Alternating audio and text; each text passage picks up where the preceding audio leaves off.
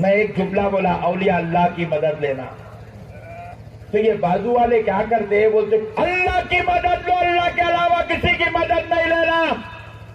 بولتے نہیں بولتے؟ زور سے بولو جی. تقریر میں کر رہا ہوں، تم لوگ جو ہے ڈر محسوس کر رہے ہیں. اللہ کی مدد، صرف اللہ کی مدد، اللہ ہی مدد کرنے والا، اللہ کے علاوہ کسی کی مدد نہیں. ایاک نعبد و ایاک نستعین. اے اللہ ہم تیری ہی عبادت کرتے ہیں اور تجھ ہی سے مدد چاہتے ہیں. یہ قرآن کی آیت، خدا کی قسم ہماری جان ہمارا ایمان ہے، مگر یہ حولے اس کا مطلب نہیں سمجھے. یہ ٹینشن ہے. بات سمجھ رہے آپ؟ اے اللہ ہم تیری ہی عبادت کرتے ہیں اور تجھ ہی سے مدد چاہتے ہیں. اور یہ کتنے مرتبہ پڑھ رہے ہیں آپ ایک دن میں؟ 48 مرتبہ. ایک دن میں آپ 48 رکعت نماز پڑھتے ہیں. 48 رکعت آپ نماز پڑھتے ہیں. ہر رکعت میں آپ بول رہے ہیں ایاک نعبد و ایاک نستعین. اے اللہ ہم تیری ہی عبادت کرتے ہیں اور تجھی سے مدد چاہتے ہیں. 48 مرتبہ پڑھا روزانہ پڑھا بازو والا. کیا بولا ہے؟ ولیوں سے مدد نہیں لینا، نبی سے مدد نہیں لینا، غوث اعظم سے مدد نہیں لینا، غریب نواز سے مدد نہیں لینا. ایاک نعبد و ایاک نستعین. ایسا چیختا، ایسا حلق پھاڑتا، سننے والا ماں ارے بولے نا. سنو اب میں کیا بول رہا ہوں سنو، اس کے بعد ڈیسائیڈ کر کے جانا گھر کو. آئے 48 مرتبہ روزانہ پڑھا. ایک دن رات میں 3 بجے دھڑکا اٹھا، ہارٹ بیٹنگ تیز ہو گئی، ٹھنڈے پسینے چلے جا رہے، پورا نارمل ہو گیا. بیگم اٹھے، بیگم جا کے بازو سے بچوں کو بلا کے لائے. اٹھو رے بابا کیسے کیسے کچھ کاما کر رہے ہیں. ہنسو مت تم لوگ، لوٹو. مگر میں جو بول رہا ہوں سمجھو خدا کی قسم، میں تمہارے کو یہ اتنے لمبے سفر کر کے ہنسانے نہیں آیا. خدا کی قسم تم کو دین سمجھانے آیا. ہنسو نہیں، لوٹو، تم لوٹو، کلاٹیاں مارو. مگر میں کیا بول رہا ہوں خدا کی قسم سمجھو پہلے. تو رات میں 3 بجے دھڑکا اٹھا، بیگم گئے بچوں کو بلا کے لائے. بچے بولے ابا جان چلو ہاسپٹل. نہیں. بولے کیوں؟ اللہ کی مدد. بیماری دینے والا اتنا ہلو بولے تو نہیں کرتا باپ میں تقریر. بیماری دینے والا، صحت کا دینے والا. بیٹوں کو پوچھا، بولے اللہ بیماری دیا، اللہ شفا دیں گا، میں دوا کھانے کو نہیں آتا. ایاک نعبد و ایاک نستعین. بیٹے بولے اب تک ہم سمجھ رہے تھے ہارٹ پہ ایفیکٹ ہو رہا. بولے صرف ہارٹ پہ نہیں، برین پہ بھی ہو رہا. بولے ابا 3 بجے رات کو اتنے خطرناک باتاں کہیں کو دوا خانے کو چلو. بولے نہیں. اور پھر وہاں ڈاکٹر کا نہیں جانا ہے. ڈاکٹر کی ہیلپ مدد لینے جانا ہے. اور پھر وہ ڈاکٹر کون؟ عبداللہ بھائی نہیں، رمیش بابو. سبحان اللہ، سبحان اللہ بولو. میں کیا بولا؟ بیٹا قرآن پڑھ رہا مگر قرآن کو سمجھا نہیں. حوالہ ہے، قرآن سمجھا نہیں. آپ ذرا غور کرو پیارے بزرگ اور دوستو. میں ایاک نعبد و ایاک نستعین اور ولیوں کا مقام سمجھا رہا ہوں، رسول اللہ کی شان سمجھا رہا ہوں. تو اب اس کو دواخانے کو نہیں چلتا. بولا ارے چلو بابا جان طبیعت خراب ہو رہی ہے، کہیں بھی دھن بولیں گے اکھڑ جائیں گے، رک جائیں گا. چلو ہاسپٹل. نہیں، اللہ شفا دے گا، تو خاموش بیٹھ. بیٹے بولے نہیں بیٹا پکڑ تو ہاتھ پکڑ، میں پیرا پکڑتا ہوں، اب ماں کمر کو ہاتھ لگا، لائے ڈالے گاڑی میں لے کے دواخانے کو بھاگے تک وہاں ایمرجنسی میں رمیش نیند میں سے اٹھا، اس کو کہیں کیوں لائے؟ بولے صاحب کریٹیکل مسئلہ ہے، دیکھے تو ارے باپ رے باپ، اس کی تو سانسیں رک رہی ہے، تو جانے والا ہے۔ بابو ہاتھ رکھا، پمپنگ کرا، واپس لایا، وینٹیلیٹر لگایا، 2 دن کے بعد صحت مند ہوا، 2 دن کے بعد چچا ہوش میں آ گئے۔ اس کے بعد ڈسچارج کرائے، گھر کو لے گئے، لے جا کے بچے بٹھا کے پوچھے بابا تم پرسوں دواخانے کو چلو، بولے تو نئے فارمولے پیش کر رہے تھے تم، اللہ کی مدد لینا، بندے کی مدد نہیں لینا، بندے کی مدد نہیں لینا، صرف اللہ کی مدد لینا، اللہ ہی صحت دیں گا۔ بولے بابا تمہارے باتیں سن کے تمہارے کو اگر چھوڑ دیتے نا ہم لوگ تو آج تم گھر کو نہیں آتے تھے، تمہاری زیارت کی فاتحہ رہتی تھی آج۔ بات سمجھ میں آئی؟ ڈاکٹر کی مدد لیے بغیر صحت ملی؟ زور سے بولو جی، ڈرو نہ کو جی، بولو جی۔ تمہارے کو بخار آیا تو ڈاکٹر کنے جاتے ہیں نہیں جاتے؟ پیٹ میں درد ہوا تو ڈاکٹر کنے جاتے ہیں نہیں جاتے؟ پھر یہ مدد ہے نہیں ہے؟ پھر یہ ابھی بولے نا جی اللہ کی مدد لینا، بندے کی نہیں لینا، کیا مطلب؟ اللہ سے ہم نے پوچھا ہے، اللہ تو ہی کہتا ہے کہ تیری مدد لے، تو ہی بتاتا ہے کہ ڈاکٹر کے پاس جاؤ اگر خصہ کیا ہے تو رب فرماتا ہے سن بندے، میں بے شک بیماری دینے والا بھی میں ہوں، صحت کا دینے والا بھی میں ہوں، مگر نہ بیماری کسی کے گھر میں اترتی ہے، نہ صحت کسی کے بستر میں اترتی ہے، میں بیماری بھی بہانے سے دیتا ہوں، صحت بھی وسیلے سے دیتا ہوں۔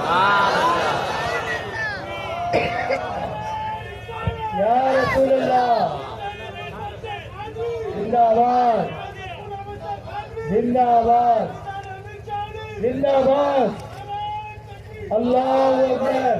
پیارے بزرگ اور دوستو، بی پی بھی چپچ نہیں آتا بیٹھے بیٹھے، بی پی سے پہلے ٹینشن آتا، بعد میں بی پی آتا، اور ٹینشن چپچ نہیں آتا، بیگم خطرناک ملی تو آتا ہے۔ ہمارے مائیں بہنیں، آپ کے بارے میں نہیں بول رہا ہوں، میں مسئلہ سمجھا رہا ہوں، سنو، بیگم خطرناک نہیں تو اولاد خطرناک ہوئی تو آتا۔ بعض مرتبہ گھروں میں بیگم بھی بہت اچھے، بچے بھی بہت اچھے، داماد خطرناک ہے تو بھی بی پی آتا۔ بعض گھروں میں بیوی بھی اچھی ہے، بچے بھی اچھے، داماد بھی اچھا ہے، مگر کاروبار کا ٹینشن، جھگڑا چل رہا، بی پی آتا۔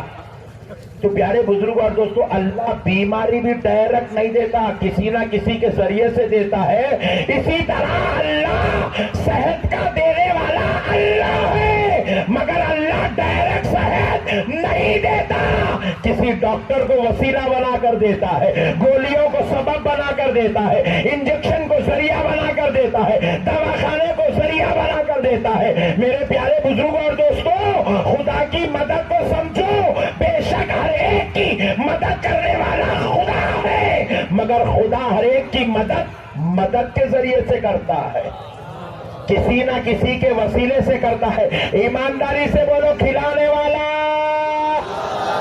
پکا؟ کل سے نوکری کو کوئی نہیں جائے گا،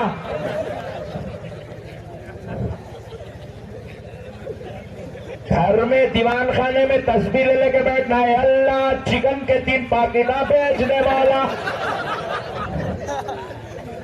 اے اللہ بیگم نے فرمائش کی ہے کہ مولا وہ برگر کھانا چاہتی ہے، اللہ ایک برگر بھیجا دے۔ فرشتوں کی کمی تھوڑی ہے، مگر یاد رکھو کھلانے والا مولا ڈائریکٹ نہیں کھلاتا، ڈائریکٹ تمہارے گھر میں جنت سے برگر نہیں اترتا۔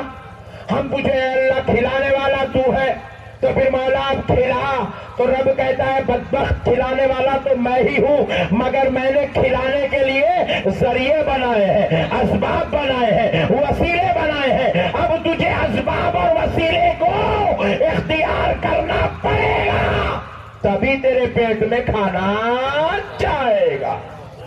بولے مولا کیا اسباب؟ بولے دکان کھول، یہ اسباب ہے، میں گراف کو بھیجتا ہوں، یہ وسیلہ ہے۔ دکان کی شٹر اٹھانا تمہارا کام ہے، گراف کو بھیجنا اللہ کا کام ہے۔ نہیں آئی بات سمجھ میں؟ آئی؟ ایک صاحب بڑی کار لے کے پھر رہے، مطلب بہت گراہک ہے ان کے پاس۔ بات سمجھ میں آئی دوستو؟ کھلانے والا اللہ ہی ہے، مگر اللہ ڈائریکٹ کسی کو بھی نہیں کھلاتا۔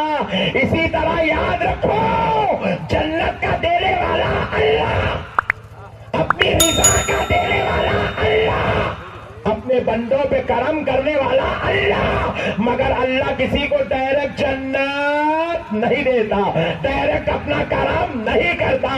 بولے مولا پھر کیا کرے؟ تو کہا میرے مصطفیٰ کو وسیلہ بنا لے، میرے غوث کو وسیلہ بنا لے، میرے غریب نواز کو وسیلہ بنا لے، میرے بندہ نواز کو وسیلہ بنا لے، میرے امیر شاہ ولی کو وسیلہ بنا لے، تو ان کا دامن تھام لے، ان کے صدقے۔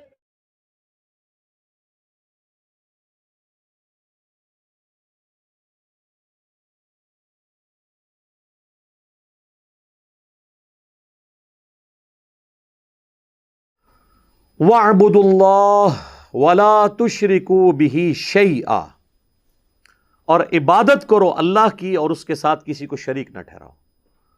پہلی چیز ہی توحید ہے۔ اچھا یہاں پہ یہ نہیں آیا کہ اللہ کو مانو، اللہ کو ماننا کافی نہیں ہے، اللہ کی ماننا بھی ضروری ہے۔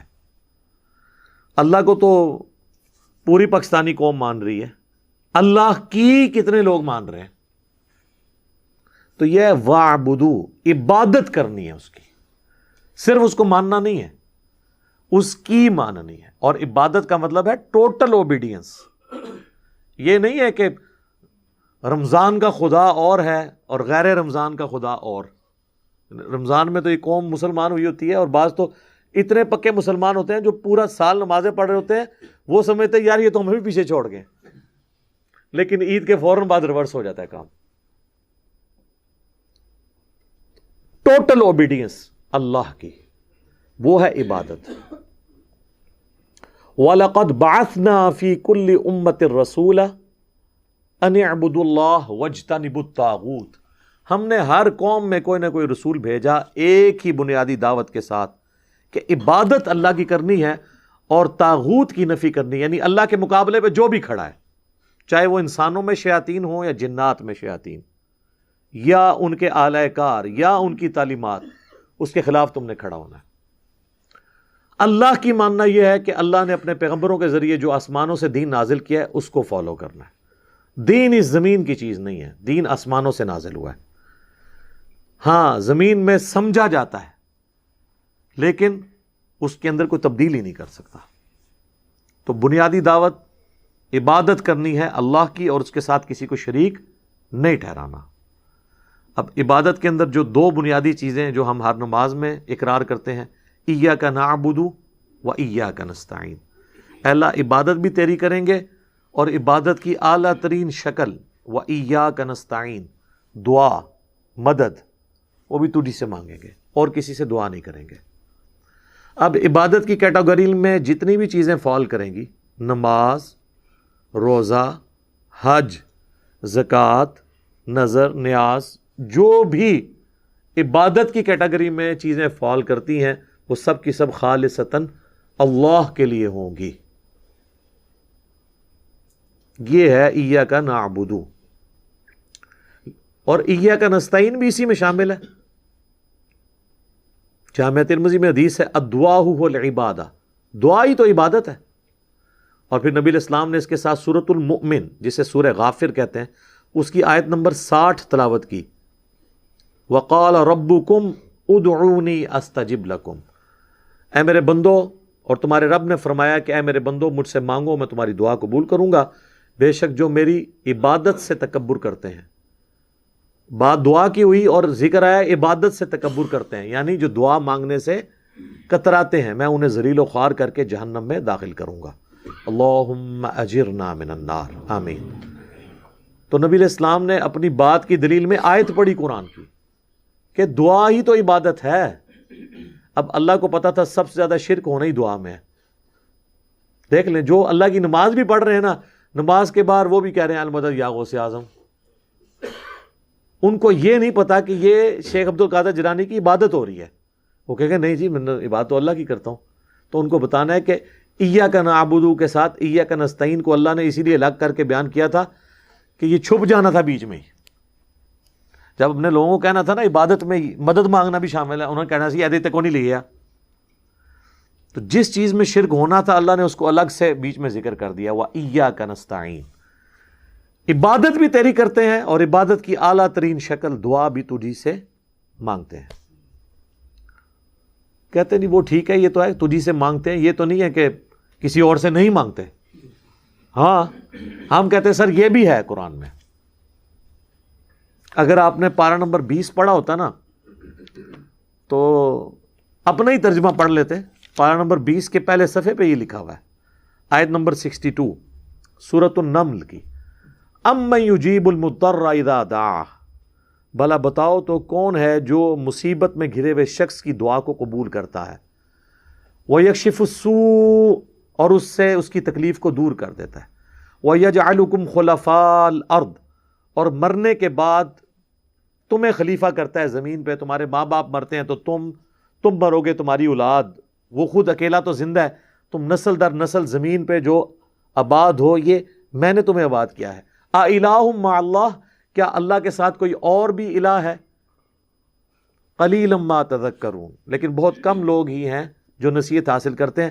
یہاں اللہ نے کہا مصیبت اور پریشانی میں گھرے ہوئے شخص کی دعا کو کون قبول کرتا ہے. تو اللہ نے واضح بتا دیا کہ جو کوئی یہ عقیدہ رکھتا ہے نا کہ کوئی اور دعا قبول کر سکتا ہے، وہ ہے اِلٰہٌ مع اللہ. کیا اللہ کے ساتھ اور بھی کوئی الہ ہے جو تم نے ٹھہرایا ہوا ہے؟ تو یہ جھگڑا نہیں ہے کہ مولا علی رضی اللہ تعالیٰ عنہ وعلیہ السلام وہ مشکل کشا کسی کے ہو سکتے ہیں یا نہیں. یہ بعد کی بات ہے. پہلی بات یہ کہ وہ ہوں بھی تب بھی انہیں پکار نہیں سکتے. بارش کون برساتا ہے؟ اللہ. ڈیوٹی کس کی ہے؟ فرشتوں کی. تو بارش فرشتوں سے مانگیں یا اللہ سے؟ اللہ سے. تو بس جن کی ڈیوٹیاں بھی لگی ہیں نا ان سے مانگنا بھی شرک ہے. تو جس کی لگی نہیں ہوئی، اگر یہ کہتے ہیں لگی ہوئی ہے، ہم کہتے ہیں ٹھیک ہے to cut the story short for the sake of argument, مان لیتے ہیں وقتی طور پہ کہ لگی ڈیوٹی، لیکن پکاریں گے تو پھر بھی اللہ کو. اینڈ رزلٹ تو یہی ہے. اللہ کی مرضی فرشتوں کے ذریعے مدد کرے جس طرح حضرت عیسیٰ علیہ السلام کی. وَأَيَّدْنَاهُ بِرُوحِ الْقُدُسِ. ہم نے عیسیٰ کی مدد کی تھی روح قدس کے ذریعے. حضرت حسان کی مدد کی. بخاری مسلم میں حدیث ہے اللہ روح قدس کے ذریعے حسان کی مدد کر. اس کے اشعار کافروں پر تیروں سے زیادہ سخت ہے. وہ نبی علیہ السلام کی طرف سے جواب دیتے تھے کافروں کو اپنی شاعری کے ذریعے. بہرحال پہلی بنیادی دعوت ہے 10 کمانڈمنٹس میں توحید، قرآن میں بھی یہ. اور ساتھ کہہ دیا شریک نہیں کسی کو ٹھہرانا. یہ شرک جو ہے وہ معاشرہ بھی ہو سکتا ہے، ماں باپ بھی ہو سکتے ہیں، اپنا نفس بھی ہو سکتا ہے جو اللہ کے مقابلے پہ آپ کھڑا کر لیں. تو ایک ڈیٹیل ٹاپک ہے. مسئلہ نمبر 3 میرا اس کے اوپر ریکارڈڈ ہے، وہ آپ دیکھ لیں. شرک کے حوالے سے بہت زیادہ ویڈیوز ریکارڈڈ ہے. لیکن اصل بنیادی بات لوگوں کو یہی بتانی ہے کہ نماز اللہ کی پڑھنی ہے اور دعا بھی اللہ سے مانگنی ہے. باقی ساری چیزیں چھوٹی ہیں. 11ویں بہت چھوٹی چیز ہے، کیونکہ 11ویں دینے والے کیا کہتے ہیں؟ اللہ کے نام کی ہے عبد القادر جیلانی کو ثواب پہنچانے کے لیے. یہ بہت چھوٹا مسئلہ ہے. بڑا مسئلہ یہ ہے کہ غیر اللہ کے نام کی نہ ہو. میت کی طرف سے کوئی صدقہ اور خیرات کر سکتا ہے، اس کے اوپر کوئی اختلاف رائے ہو سکتا ہے، لیکن یہ شرک کے لیول کی چیز نہیں ہے. لیکن اگر کوئی کہے کہ میں صدقہ اور خیرات کروں اور عبد القادر جیلانی میری مدد کریں گے، یا میں داتا دربار پہ دودھ 11ویں کے اوپر چڑھاؤں گا تو میری بھینسیں جو ہیں وہ دودھ دینا بند نہیں کریں گی، تو اب یہ سیدھا سیدھا شرک ہو جائے گا، کیونکہ عقیدہ آپ نے غلط جوڑ لیا.